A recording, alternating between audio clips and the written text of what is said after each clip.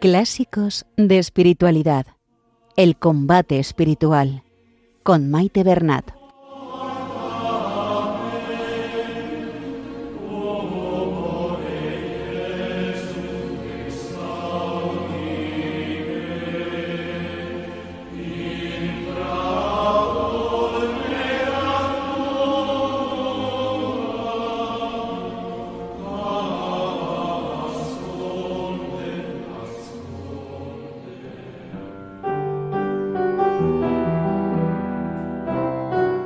Un saludo a todos los oyentes de Radio María y bienvenidos al programa Clásicos de Espiritualidad.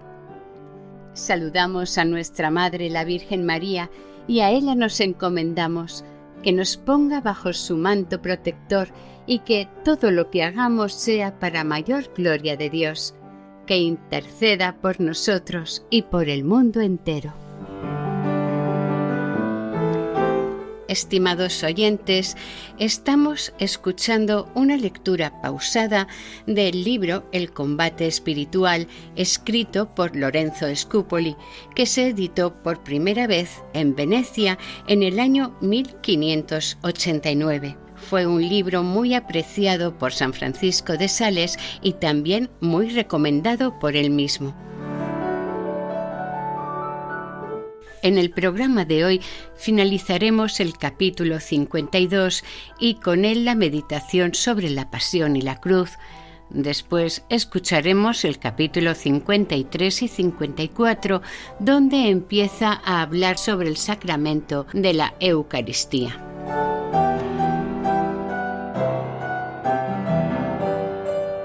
La visión que Scupoli ofrece de la cruz es la propia de su tiempo, del siglo XVI, muy diferente al sentido que le damos en la actualidad. Añadiendo que nuestra sociedad huye del dolor y busca el bienestar, las palabras del autor pueden parecernos exigentes, lejanas e incomprensibles. Scupoli enfoca la cruz como un instrumento de mortificación, un arma para matar el yo y las pasiones. En la actualidad se enfatiza más en la resurrección. La cruz es un símbolo de redención, esperanza y de que el amor de Dios vence al pecado. El abrazar la cruz es aceptar las dificultades de la vida, las propias debilidades, pero depositando la fuerza y la confianza en Jesucristo, vencedor de la muerte. Así, unidos a Él en la cruz, experimentamos visibles victorias que Él realiza en nuestra vida, suscitando en el cristiano un fortalecimiento en la fe, la esperanza y el amor.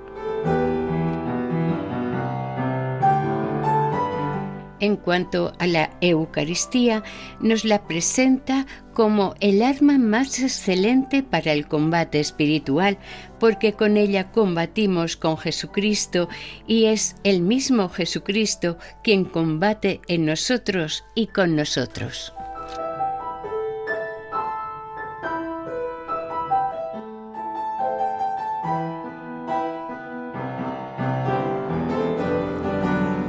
Comenzamos la lectura. El combate espiritual de Lorenzo Scupoli.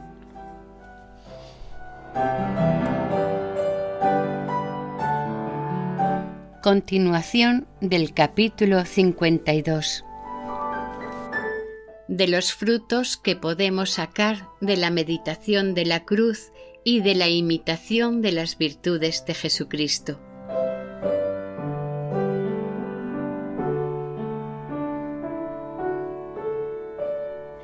Considera, pues, lo primero, cómo el alma de Jesús, absorta y transformada en Dios, contempla con admiración aquella esencia infinita e incomprensible en cuya presencia son nada las más nobles y excelentes criaturas.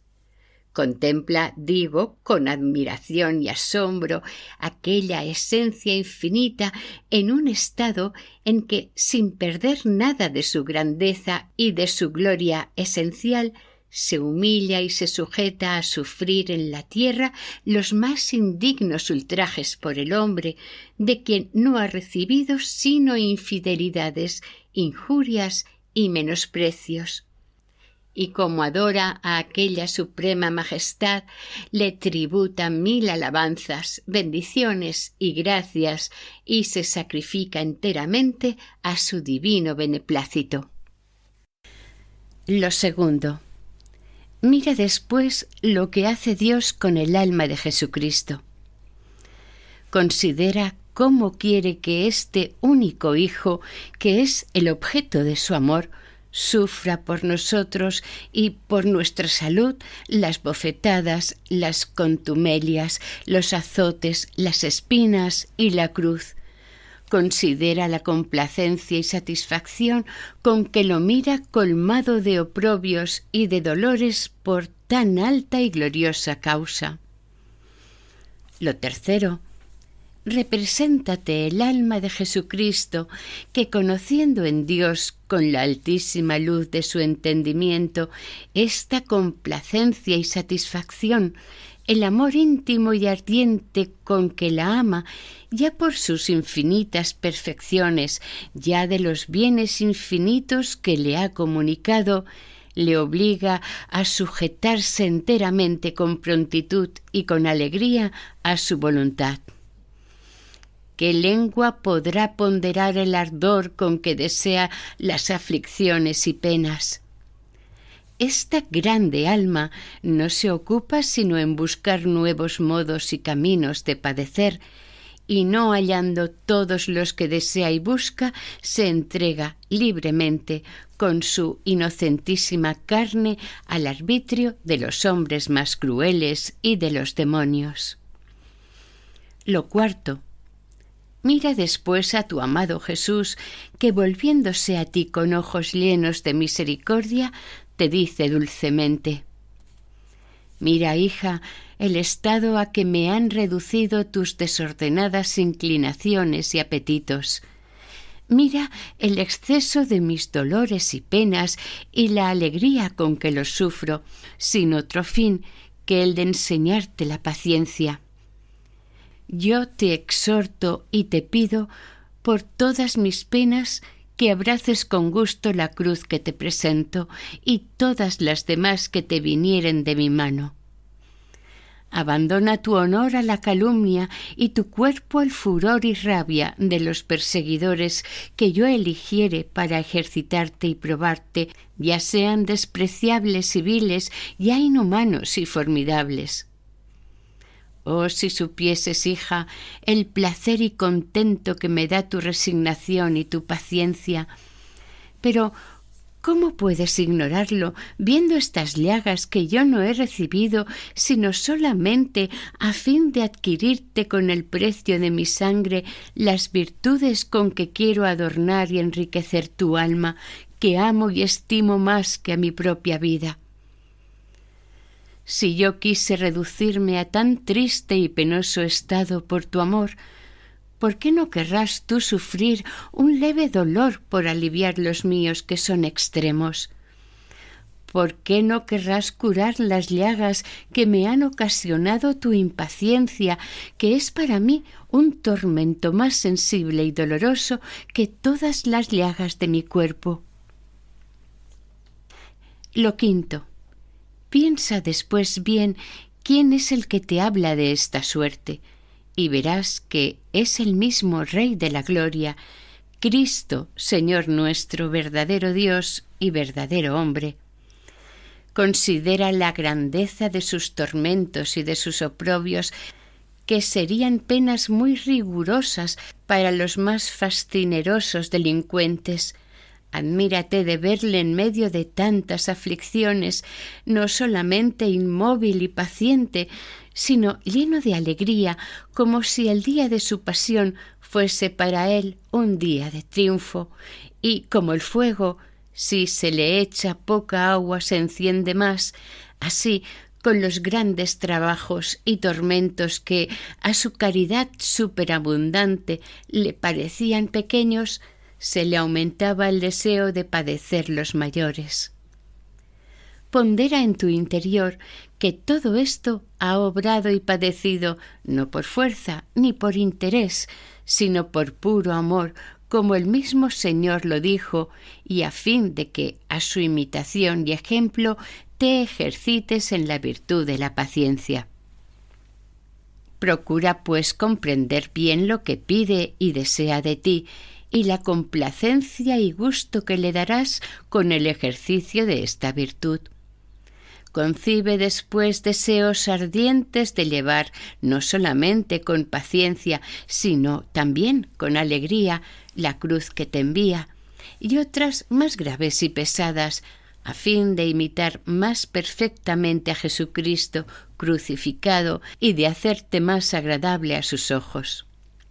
Represéntate todos los dolores y todas las ignominias de su pasión y, admirándote de la invariable constancia con que la sufría, avergüénzate de tu flaqueza. Mira tus penas en comparación de las que padecía por ti como penas imaginarias, persuadiéndote a que tu paciencia no es ni aun sombra de la suya. Nada temas tanto como el no querer sufrir y padecer algo por tu Salvador, y cualquier pensamiento que te viniere sobre este punto, deséchalo luego como una sugestión del demonio. Considera a Jesucristo en la cruz como un libro espiritual que debes leer continuamente para aprender en él la práctica de las más excelentes virtudes. Este es un libro, hija mía, que se puede justamente llamar libro de vida, que a un mismo tiempo ilumina el espíritu con los preceptos y enciende la voluntad con los ejemplos. El mundo está lleno de innumerables libros, mas cuando se pudiesen leer todos, nunca se aprendería tan perfectamente a aborrecer el vicio y amar la virtud como considerando un Dios crucificado.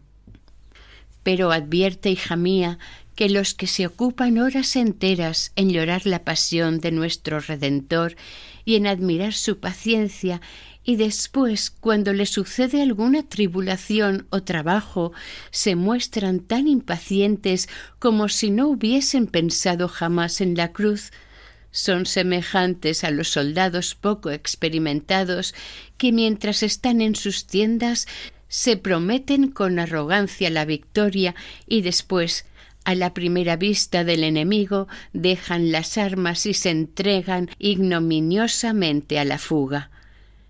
¿Qué cosa puede haber más torpe y miserable que mirar como en claro espejo las virtudes del Señor, amarlas y admirarlas, y después, cuando se nos presenta la ocasión de imitarlas, olvidarnos de ellas totalmente o no estimarlas?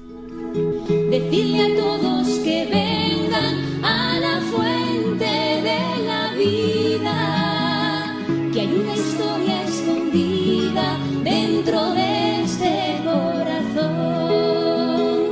Decirles que hay esperanza, que todo tiene un sentido, que Jesucristo está vivo. Decirles que existe Dios. Estamos escuchando en el programa Clásicos de Espiritualidad el combate espiritual de Lorenzo Scupoli.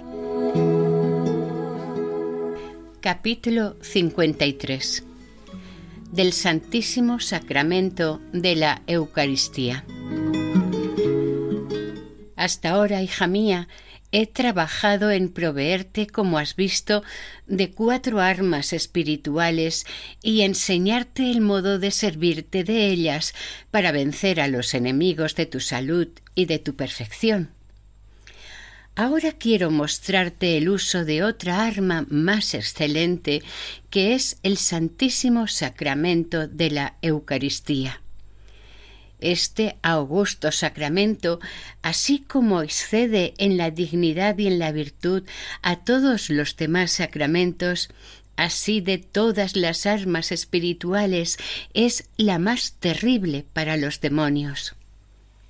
Las 4 primeras reciben toda su fuerza y virtud de los méritos de Cristo y de la gracia que nos ha adquirido con el precio de su sangre.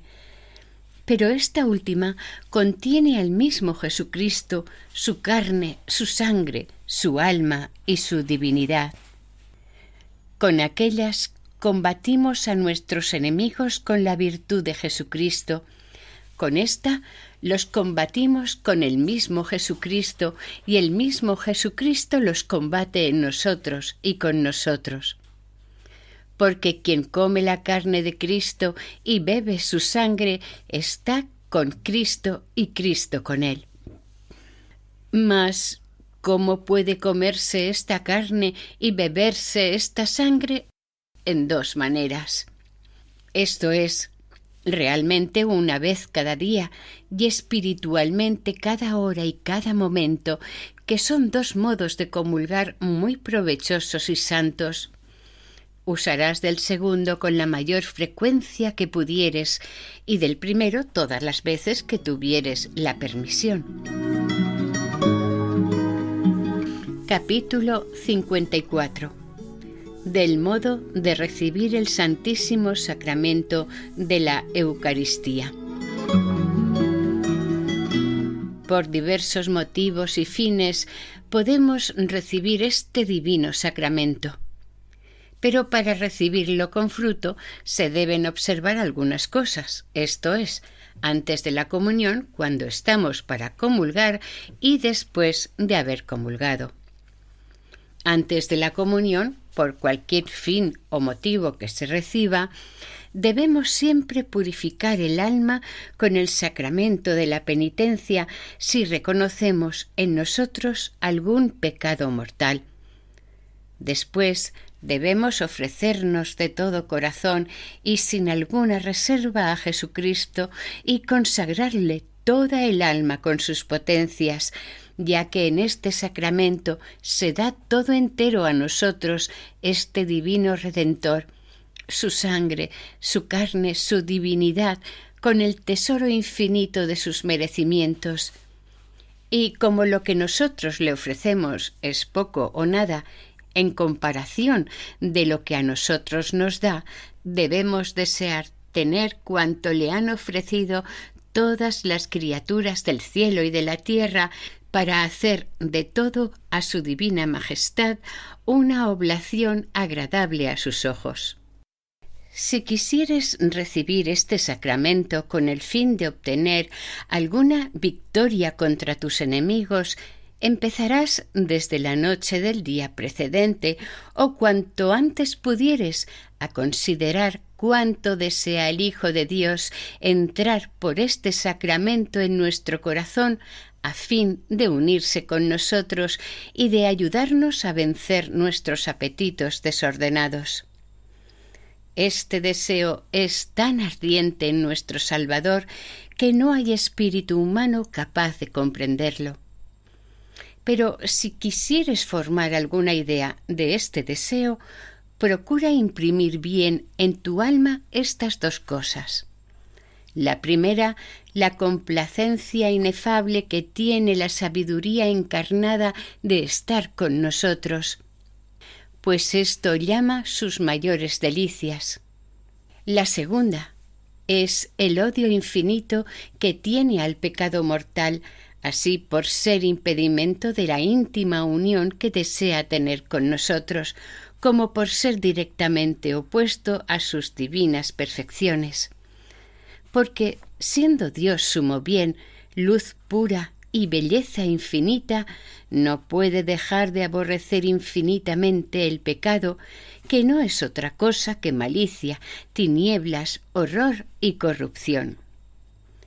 Este odio del Señor contra el pecado es tan ardiente que a sola su destrucción se ordenaron todas las obras del Viejo y Nuevo Testamento, y particularmente las de la Sacratísima Pasión de su unigénito Hijo. Los santos más iluminados aseguran que consentiría que su único hijo volviese a padecer, si fuese necesario, 1000 muertes por destruir en nosotros las menores culpas. Después que, con estas dos consideraciones, hayas reconocido, bien que imperfectamente, cuánto desea nuestro Salvador entrar en nuestros corazones, a fin de exterminar enteramente de nosotros nuestros enemigos y los suyos, excitarás en ti fervientes deseos de recibirle por este mismo fin, y cobrando ánimo y esfuerzo con la esperanza de la venida de tu divino capitán, llamarás muchas veces con generosa resolución a la batalla la pasión dominante que deseas vencer, y harás cuantos actos pudieres de la virtud contraria. Esta, hija mía, ha de ser tu principal ocupación por la tarde y por la mañana antes de la Sagrada Comunión. Cuando estuvieres ya para recibir el cuerpo de tu Redentor, te representarás por un breve instante las faltas que hubieres cometido desde la última comunión, y a fin de concebir un vivo dolor de todas, te imaginarás que las has cometido con tanta libertad como si Dios no hubiese muerto en una cruz por nuestra salud. Y considerando que has preferido un pequeño placer, una ligera satisfacción de tu propia voluntad a la obediencia que debes a Dios y a su honor y gloria, te confundirás dentro de ti misma, reconocerás tu ceguedad y detestarás tu ingratitud. Pero, viniendo después a considerar que aunque seamos muy ingratos, infieles y rebeldes, no obstante, este inmenso abismo de caridad quiere darse a nosotros y nos convida a que lo recibamos, te acercarás a él con confianza y le abrirás tu corazón para que entre en él y lo posea como Señor absoluto, cerrando después todas sus puertas para que no se introduzca algún afecto impuro. Después que hayas recibido la comunión, te recogerás luego dentro de ti misma y, adorando con profunda humildad y reverencia al Señor, le dirás: «Bien veis, único bien mío, con cuánta facilidad os ofendo. Bien veis el imperio que tiene sobre mí esta ciega pasión y cuán flacas y débiles son mis fuerzas para resistirla y sujetarla. Vuestro es, Señor, el principal empeño de combatirla, y si bien yo debo tener alguna parte en la pelea, no obstante de vos solo espero la victoria». Volviéndote después al Padre Eterno, le ofrecerás en acción de gracias y para obtener alguna victoria de ti misma el inestimable tesoro que te ha dado en su mismo unigénito Hijo, que tienes dentro de ti, y tomarás, en fin, la resolución de combatir generosamente contra el enemigo que te hiciere más cruda guerra, esperando con fe la victoria, porque haciendo de tu parte lo que pudieres, Dios no dejará de socorrerte. Señor Jesús, Maranatha. Y hasta aquí el programa de hoy. Continuaremos la semana que viene, si Dios quiere, con el capítulo 55. Para ponerse en contacto con el programa, nuestra dirección de correo electrónico es clásicosdeespiritualidad@radiomaria.es. Pueden volver a escuchar el programa e incluso descargarlo en la sección de podcast de la página web de Radio María. Si desean adquirir el programa, pueden llamar al 91 8 22 80 10. Que el Señor y la Virgen les bendigan. Come, Lord.